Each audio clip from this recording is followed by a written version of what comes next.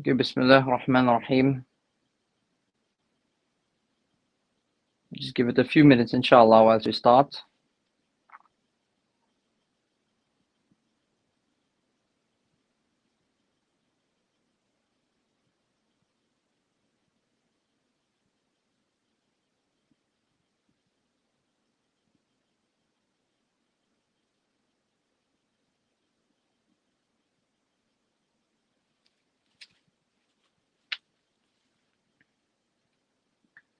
Alhamdulillah, nahmaduhu wa nasta'inuhu wa nastaghfiruh wa na'udhu billahi min shururi anfusina wa min sayyiati a'malina. Man yahdillahu fala mudilla lahu wa man yudlil fala hadiya lahu. Wa ashhadu an la ilaha illallah wahdahu la sharika lahu wa ashhadu anna Muhammadan 'abduhu wa rasuluh. Amma ba'd. فقد قال الله تعالى في القرآن المجيد أعوذ بالله من الشيطان الرجيم بسم الله الرحمن الرحيم خذ من أموالهم صدقة تطهرهم وتزكيهم صدق الله العظيم. My dear respected listeners, sisters, as we know, Allah subhanahu wa ta'ala has created a perfect religion. Allah subhanahu wa ta'ala has given us this Islam as a way of life. Allah subhanahu wa ta'ala has blessed us and bestowed us with the wisdom and the sunnah imparted to us by Rasulullah sallallahu alaihi wasallam. And in the life of Rasulullah sallallahu alaihi wasallam, we see the examples of how to apply practical life for us. Now that being said, many a times or sometimes there's doubts that might come into our mind. Sometimes we may not understand the full wisdom of something. Sometimes we may be distracted or be influenced by the society that we live in. But one of the things that we can all agree, when a person has Iman and he believes in the oneness of Allah subhanahu wa ta'ala, when she believes in Allah subhanahu wa ta'ala and she believes in the last day, she believes in the messenger of Allah, she believes in the day of Qiyamah, and that life and death, Jannah and Jahannam is a place and abode that is real. Then with this conviction, with this realization that she is a Muslim, he's a Muslim, then they will follow the commandments of Allah subhanahu wa ta'ala, whether they like it, whether they accept it, whether they feel comfortable with it, whether it is difficult or not. They will submit completely to the will of Allah subhanahu wa ta'ala and the pleasure of Allah subhanahu wa ta'ala. And this is what is called Islam. A Muslim is one who submits to Allah subhanahu wa ta'ala and to the commands of Allah subhanahu wa ta'ala. Now that being said, Allah subhanahu wa ta'ala is Khaliqul Kainat. He is the one who created every single thing. He's the one who created the universe. He's the one who created the heavens, the earth. He knows all of the creatures. He knows the different types of conversations that takes place by the creatures. He understands all the languages at one time. He can hear everything. He can see everything. He knows everything. He knows what types of creatures are in the dark of the night, what types of creatures in the depth of the sea.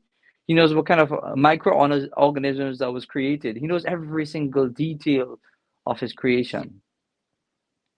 So when Allah subhanahu wa ta'ala showed us Islam to be the correct way of life, He has placed within it wisdoms that is beyond our understanding.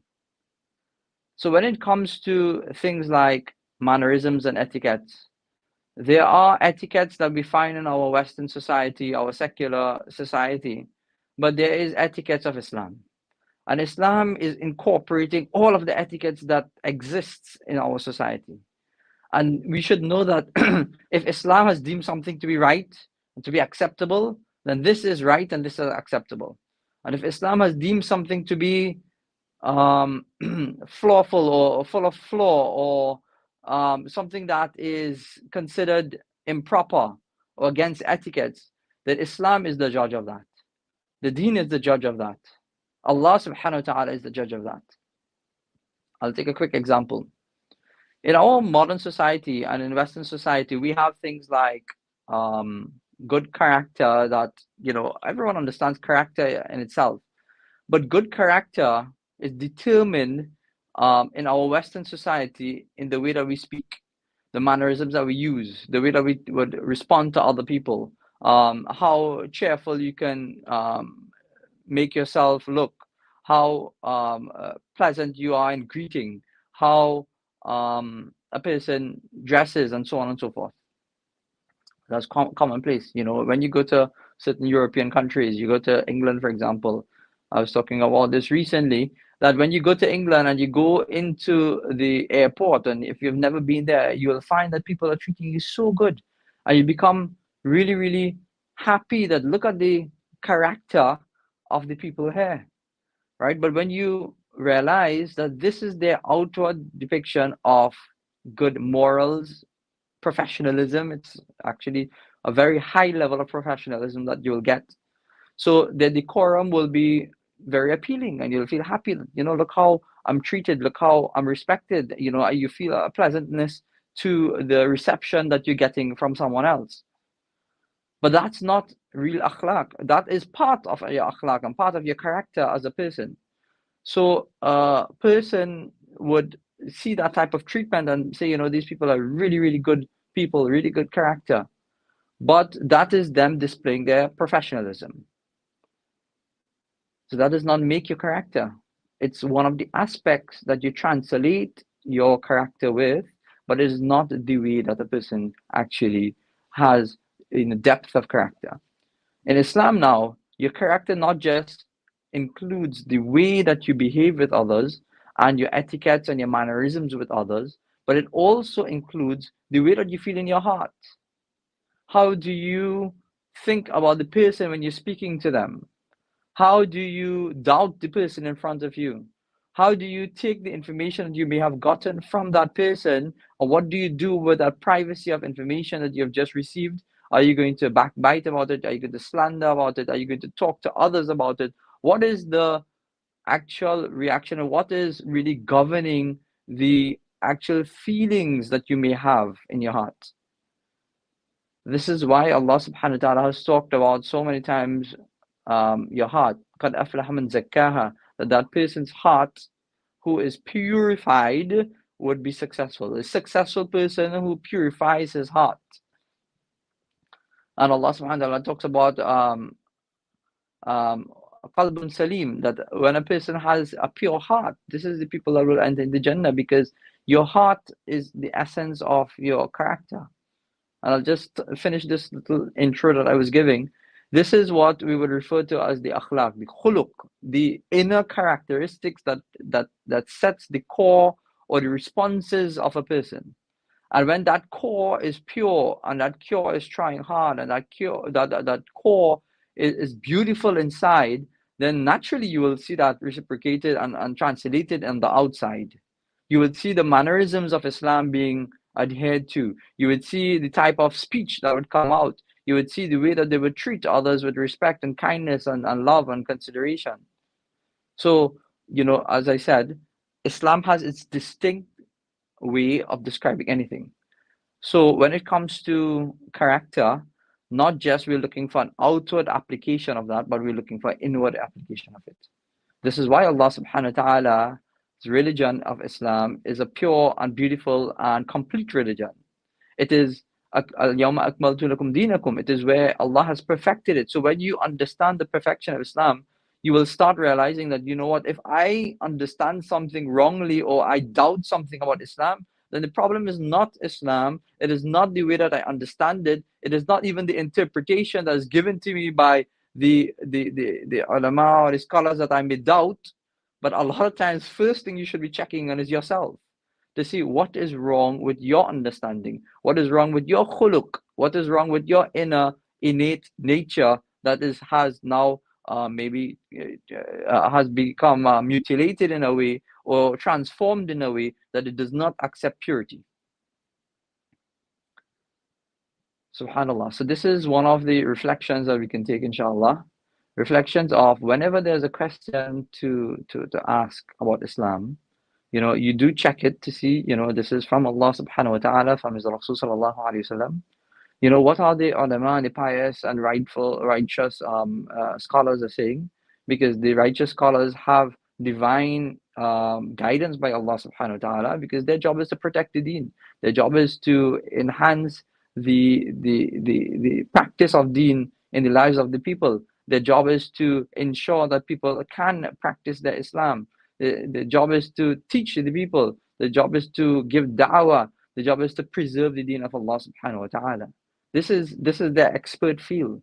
So the first thing is, when it is from Allah and His Rasul, first look at it. Is it? Yes, mashallah. Second thing is, understand that if it is an explanation given by the rightly guided ulama and scholars, then mashallah.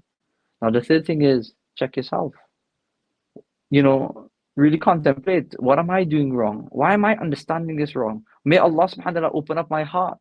May Allah subhanahu wa ta'ala give me guidance to do what I'm supposed to be doing. May Allah subhanahu wa ta'ala strengthen my resolve to do as He pleases. So then right away you start working on yourself to realize that, okay, I may be feeling something, I may be understanding it wrongly, I may be doing something, but look at yourself to understand that, what? Islam teaches me humility. Islam asks me to be sincere. Allah subhanahu wa ta'ala asks me to be sincere. Let me try to find out, why am I having such a difficult time in following the commands of Allah subhanahu wa ta'ala? So as I said, this is the first point. You see, when you have this understanding, that every single difficulty, every single problem that you may face in Islam, in Deen, right away you feel comforted that, what? Islam is correct and I am wrong. You would feel comforted that, what? When people treat me this way, is either I am following Islam, or and getting rewarded for it, or is it that me, I am the problem? So it solves many of the issues that you face in life, personal issues, communal issues, you find, financial issues. You check yourself, what are you doing wrong? What did you do against the laws of Allah subhanahu wa ta'ala? So this is the first point. Now, the second point that I wanted to go to is that Allah subhanahu wa ta'ala has placed a system to help society, and I'm talking about a financial system, an economic system, that builds layers upon layers to make a foundation perfect, to make a society such that they can accept the goodnesses of Allah subhanahu wa ta'ala and the rizq of Allah subhanahu wa ta'ala. Yet it's a collaborative effort that takes place. And this is in the institution of the commandment of Allah subhanahu wa ta'ala with regard to zakah. Allah subhanahu wa ta'ala says in the Quran, خُذْ مِنْ أَمْوَالِهِمْ صَدَقَةً. Take from them their wealth, take from them their charities, take from them their zakah. تُطَهِّرُهُمْ وَتُزَكِّيهِمْ. The effect of that, taking their zakat and letting them pay their zakat, what would happen right away? It will تُطَهِّرُهُمْ, it will cleanse them. وَتُزَكِّيهِمْ, and it will purify them. Cleanse them, we can say here, means it will cleanse their wealth. When a person has, and this is the nature of wealth, it is always tainted with some type of wrong or illicit transaction. If you know the modern world that we live in right now, it's full of riba, it's full of interest-based transactions, it's full of deception, it's full of people stealing, doing this, doing that. So sometimes you will get the taste, you will get the fragments, as much as you have pure wealth and you're working harder for purity in your wealth, because that itself, when it is pure, Allah subhanahu wa ta'ala accepts it. When it is impure, then this is haram. Whatever he eats, drinks, earns from it, it will be haram as well. So anyway, when a person understands that, what, this wealth that Allah subhanahu wa ta'ala has blessed me with, or this wealth that Allah subhanahu wa ta'ala has given me, it can be tainted with evil, then he will or she will give zakah, and inshallah Allah subhanahu wa ta'ala, the benefit of giving zakah will be such that that will be removed, the evil will be removed, and the purity of the wealth will continue. Just like gold pieces, when you get a gold piece off the ground, it is mixed with dirt and different things. And what happens is they clean it first, and then after you melt it, and the pure gold remains, and any impurity that melts out or that floats up on top, and they get rid of that. And then the pure gold remains. So this is the same thing that happens with your wealth. When you give zakah, Allah subhanahu wa ta'ala gives you the benefit of purity of your wealth. and the barakah of it then stands there. The benefits of this continues. Your business flourishes. All of the different things happen from the investments that you make in giving zakah. The second thing that happens is what is zakihim. When you spend your wealth, Allah subhanahu wa ta'ala purifies your heart. Allah subhanahu wa ta'ala purifies your soul in one form, in one way.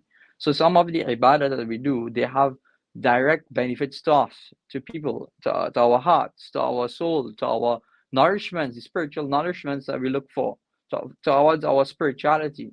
So one of those nourishments that we get, or benefits that we get, it purifies your soul from the love of this world. It helps purify your soul from bukhl and from greediness and from lacking generosity. This is one of the benefits of giving zakah. So subhanAllah, Allah subhanahu wa ta'ala in His commands and His perfect deen has given so many benefits to us. And when we don't understand the hikmah that Allah subhanahu wa ta'ala has placed, at least understand that we have to submit and we have to follow the commands of Allah subhanahu wa ta'ala. And when we do this properly, Allah subhanahu wa ta'ala will increase and give us the goodness in this world. It will benefit us directly. It will benefit our wealth. It will benefit our people. It will benefit our businesses. It will benefit us. And also Allah will reward us in the akhirah and give a Jannatul Firdaus, inshallah. So, with regard to purifying our souls, Allah subhanahu wa ta'ala has made bukhul, a bakhil person, a disliked person. The quality of bukhul, which is stinginess, greediness, a blameworthy trait.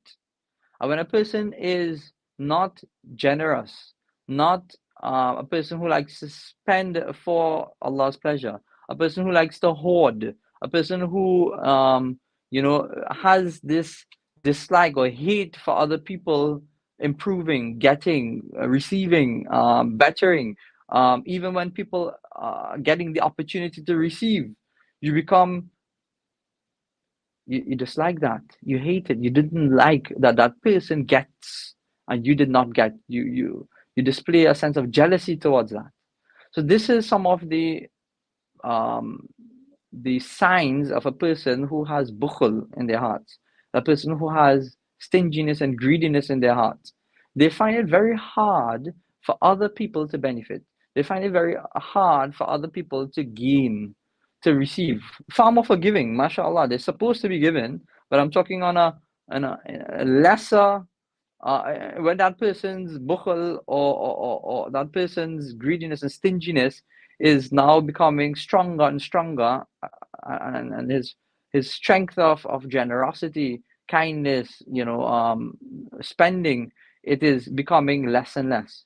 So the bakhil person, وَيَأْمُرُونَ بِالْبُخْلِ, Allah subhanahu wa ta'ala mentions this somewhere in the Quran, that then that person even commands to stinginess, commands to keeping away and not spending. So I was talking about this just this morning. I was hearing someone talking about the generosity, that whenever people come with a claim for a desire for something that they're asking for, this is a business place, and they're asking for windows for masjid and windows for less fortunate and these kind of items, the person is saying that, you know what, I advise the person not to give most of the times, right? Because he does not find any of the causes worthy. And right away you can tell, you know what, first of all, this is something very dreadful or something fearful to say, that how can you command, how can you tell someone to not spend? Because Allah subhanahu wa ta'ala has placed so much benefit, so much greatness, so much, Allah subhanahu wa ta'ala mentioned, the Prophet sallallahu alaihi wasallam mentions that inna sadaqatu tutfi ghadab al-rabb, that spending and doing sadaqah, it subdues the anger of Allah subhanahu wa ta'ala. Is there any action that you think that can subdue Allah's anger? The Prophet sallallahu alaihi wasallam, the anger of Allah, imagine the wrath of Allah subhanahu wa ta'ala will destroy entire nations. But here, Prophet Muhammad sallallahu alaihi wasallam is that when you give sincerely for the sake of Allah subhanahu wa ta'ala, your hard-earned wealth, you give that for Allah's sake, then this is enough to subdue the anger of Allah and gain His mercy. And the beautiful thing about sadaqah, about zakah, about spending for the path of Allah subhanahu wa ta'ala, whenever there is a cause, try to answer all of the causes, even it be in portions and as much as you can.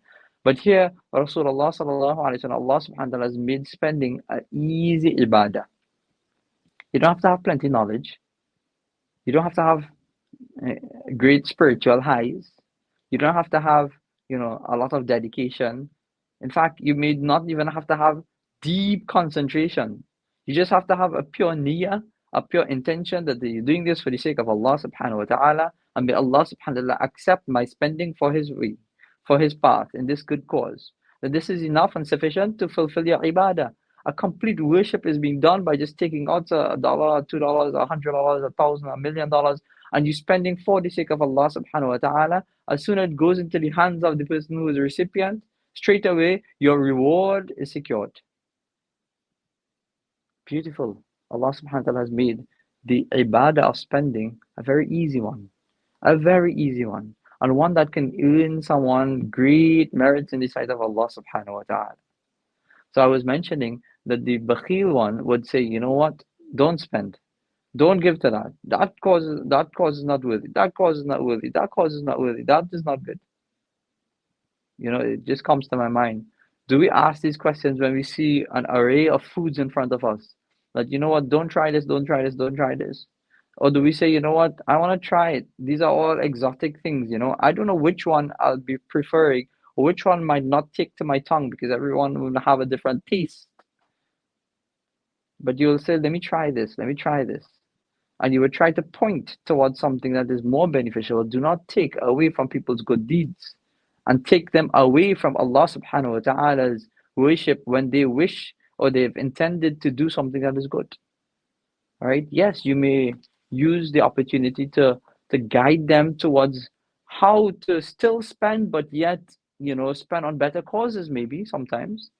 But do not ever take away someone's goodness, that they wish to do something or they might do something, and you say to them, no, this is not good. No, don't do this. And you're happy to stop someone from doing an ibadah. This is the essence of someone who is bakhil, and this is the essence of the practice of someone who has deep stinginess within them. I was speaking about the verse of Allah subhanahu wa ta'ala, وَتُزَكِّيهِمْ, and it will purify them. So one of the things that zakah does, it purifies us in different ways. It purifies us so that we do not have this feeling of love of the world, love of wealth, because you know that this is from Allah subhanahu wa ta'ala. Allah commands towards spending, so you will spend. So it solves and it resolves the bukhl and the stinginess that we will have in our hearts. And it tries to cleanse that so that the person becomes sakhi. So a person becomes a generous person. The generous person is so well loved in society, well loved in the world, well loved in the akhirah, well loved in Allah subhanahu wa ta'ala's eyes. A sakhi person, a generous person is always going to be loved. No matter what the person looks like, no matter sometimes even the character of the person, you will still have a soft place for that person, because you know what? This person spends for the sake of Allah subhanahu wa ta'ala. This person is generous. I would always have this person helps me, this person helps hundreds and thousands of people. Allah's blessed him with wealth and he spends. So you will still have some type of softness. You will still have critiques that you may have generally, which you shouldn't have, but mashallah, whatever the world that we live in and the reality of it, but you will still have a soft spot for this generous person, regardless of the person and their actions. So this is one of the benefits of sakhawat and spending for the sake of Allah subhanahu wa ta'ala. So this is the two benefits I just mentioned there. One is that it purifies our hearts from stinginess, but yet the second benefit is it purifies the hearts of the recipients, the people towards us. Because sometimes Allah subhanahu wa ta'ala blesses us. Sometimes Allah subhanahu wa ta'ala has given us. Sometimes Allah subhanahu wa ta'ala has placed us in a position that He did not place other people. And people are seeing this. And people are looking on. And people are realizing that, you know what, so-and-so have this. Look, he's driving a new car. Look, he's driving a new house. Look, this is a millionaire, this is a billionaire. Look, he comes to the masjid. Look at the car that he's driving. It's worth $2 million, $3 million. It's worth $4 million. The type of car that's driving, I can't even sit in a car like that. I can't even smell the seats, the leather of the seats, right? Far more. I mean, the tire itself costs more than my entire house, than my entire property. The tires on the car is so expensive, right? The bumper of the car costs more than my entire estate. Everything that I own. This is the reality of the life that we're living in. Think about it. When Allah has blessed people and blessed us, He's blessed us so much, subhanAllah, over others. So isn't the person supposed to be shakir and grateful for what Allah has blessed, and give, and be generous and be loving and accept the mercies of Allah subhanahu wa ta'ala? When someone comes to them, you do not refuse them. When someone asks, you do not frown on them. So that's what I'm saying. The second benefit is that it creates a space for the less fortunate to feel comfortable that this person is still a generous person. This person still benefits me. I still get some type of help from the person, or from the masjid, or from the people who have wealth. That this community still cares about me. This community is not going to ostracize me. These people are people who will give. When I am in need and I really need something, I know that I can go somewhere and Allah subhanahu wa ta'ala will bless me through the means that has been placed there in the system of zakah. So billions of dollars throughout the entire year is spent in this ibadah of zakah, and it has a very strong benefit economically to the entire world.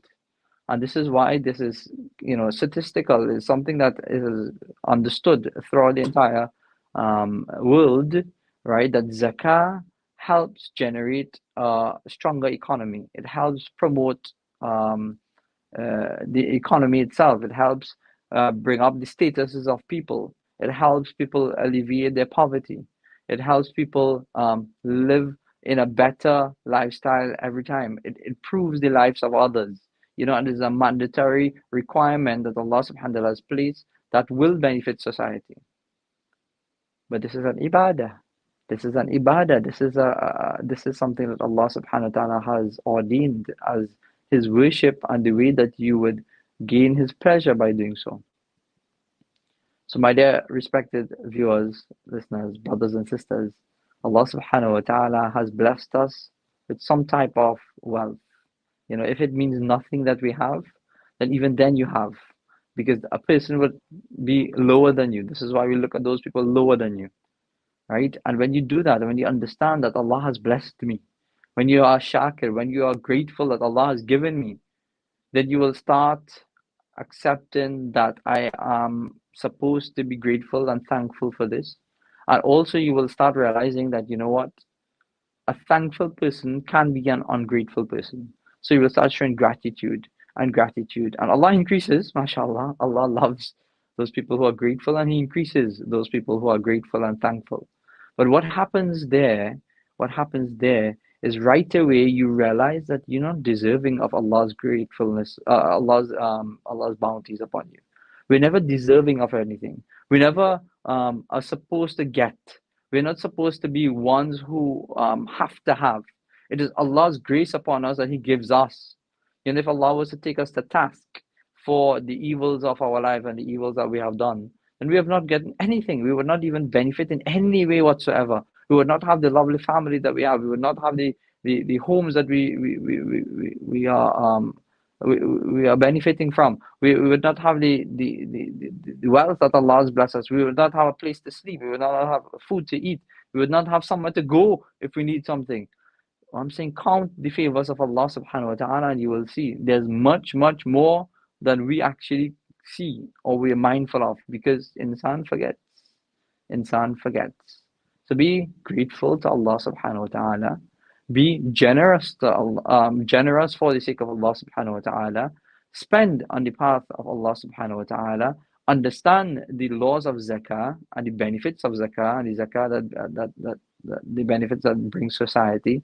And do these things willingly and mindfully, so that Allah subhanahu wa ta'ala blesses you in this world and blesses you in the akhirah. I end by saying that we do have a workshop today after the Dhuhr Salah. This is 1:30. It will be streamed online as well, and it will be in the masjid as well. Those people who can come to the masjid, come to the masjid. It's a better environment. It's going to have some practicals as well, so we're going to go through a few things. And even with that, you will have a deeper understanding of this command of Allah subhanahu wa ta'ala, the command of zakah and paying your zakah, so that you can reap the benefits of it. And I'll tell everyone who's listening as well, when a person understands this properly and he puts his investment of zakah down, he ensures and he secures the investment of zakah, then this definitely brings barakah in his business. It brings barakah in his investments. It gives him back more. It protects him. It takes away from all different types of harms that would have been coming, and then he or she benefits from that ibadah in a direct way. So it's a great investment for a person. So please join us with this in the workshop, inshallah, if you can, because the workshop is open for everyone, and it's also going to be streamed online, so you can join there if you need to as well, inshallah. Just remember that Allah subhanahu wa ta'ala has given us this month of Ramadan, and we have the opportunity of life right now. We have the opportunity of strength. We have the opportunity of doing actions. So do those actions while we still can. Today's a Sunday. Do as much good actions as you can. As much good actions as a person can, do it, and inshallah, Allah subhanahu wa ta'ala will reward you. So Jazakumullah for tuning in, and may Allah subhanahu wa ta'ala accept your good deeds for this month of Ramadan. May Allah subhanahu wa ta'ala accept your sadaqat. May Allah subhanahu wa ta'ala accept your zakat. Allah subhanahu wa ta'ala accept your standing in his path. May Allah subhanahu wa ta'ala accept your fasting. May Allah subhanahu wa ta'ala accept the resolve that you've made and the resolves that you're making to leave off all types of evil, and accept the good intentions that you have. May Allah subhanahu wa ta'ala purify your souls, and may He give you all and give us all Jannatul Firdaus. أقول قولي هذا أستغفر الله لي ولكم ولسائر المسلمين فاستغفروه إنه هو الغفور الرحيم. السلام عليكم ورحمة الله وبركاته.